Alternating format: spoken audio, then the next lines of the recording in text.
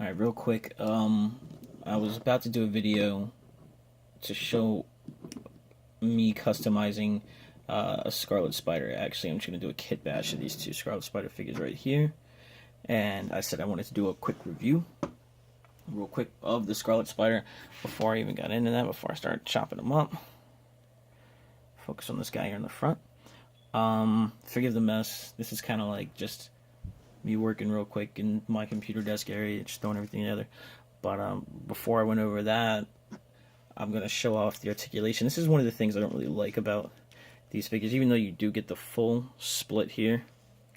These figures, with the way the hips are angled out, you never get much going out. That's as far forward as you can really get on these. So if he's doing a kick, he's only really going forward that much. Or if you bend the waist, you know, maybe you can make it look like he went more. Because the higher you go, you're going to go out on an angle like that. That's what I don't like, right? But you do get that full split, which is what some people are all about the full split. Now, as the late, great Glenn Webb used to do, he would do a pose and show you how far a figure can go on its own leg spread. This is the Scarlet Spider from the Rhino Build-A-Figure using the Pizza Spidey mold. As you see, that's what he can do. This here is a custom figure I did, but he is just using the legs from a Doctor Strange figure. And as you can see, even though they're bigger, bulkier figures on the Bucky Cap mold can give you like this wide, almost a full split, which is really crazy considering that they are much bigger than a Pizza Spidey mold.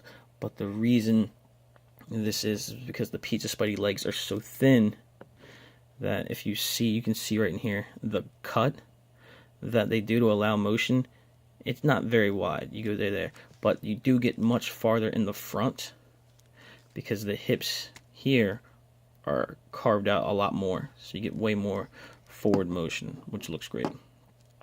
Alright. A lot of the old Spider-Man were like this. This is the Red Hulk Build-A-Figure, Black Suit Spidey, same hips as Scarlet Spider. Don't really like those. What I did was, if you'll see on these three Spider-Man, these are my first 3 attempts at carving out that joint I showed you. I did a previous video on this, but it was kind of sloppy, and my wife called on my phone, so you hear this crazy vibrating. It was kind of annoying.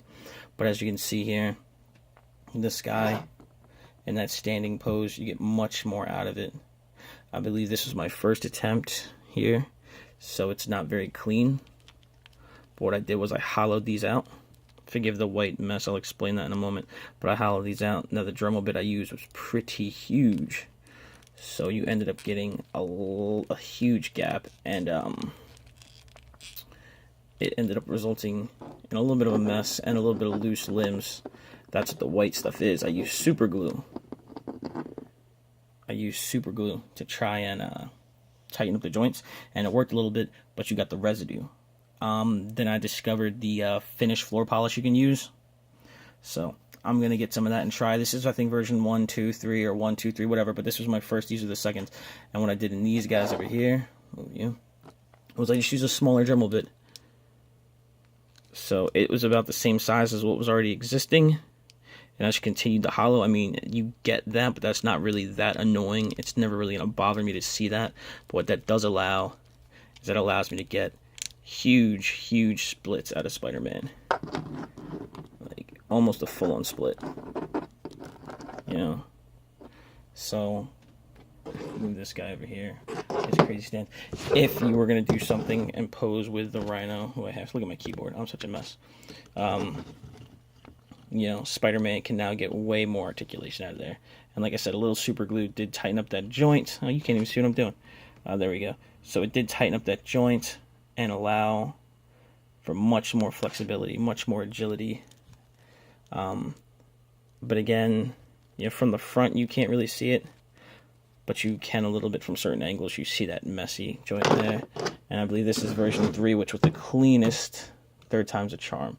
So it was the cleanest of the 3, where the joint's not as visible from the front, still visible from the back, but not so much. And the super glue didn't make that much of a mess. But by taking a Dremel, not this bit, it was a rounder bit. Basically, it was a bit that would be about the same size as that.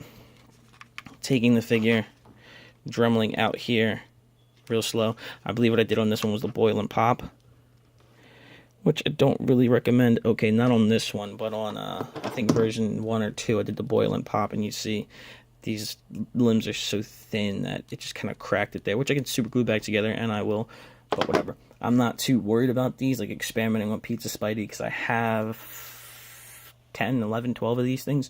I have a couple that's still in the box, and I have a bunch loose, so I wanted to perfect this, and I think this was my best version. So you don't go extreme, but you still allow yourself to get the max results, you know? So now you can still have a Spidey with, you know, pretty good articulation, nice range of motion. He can do all kinds of crazy stuff. Do his splits. I'm just sitting here. Yeah, it doesn't even make sense. But that's pretty much it. Now I've explained how I did it. I just wanted to do this before I do a review of this guy, and then before I do the video where I kit bash them. Alright. Thanks.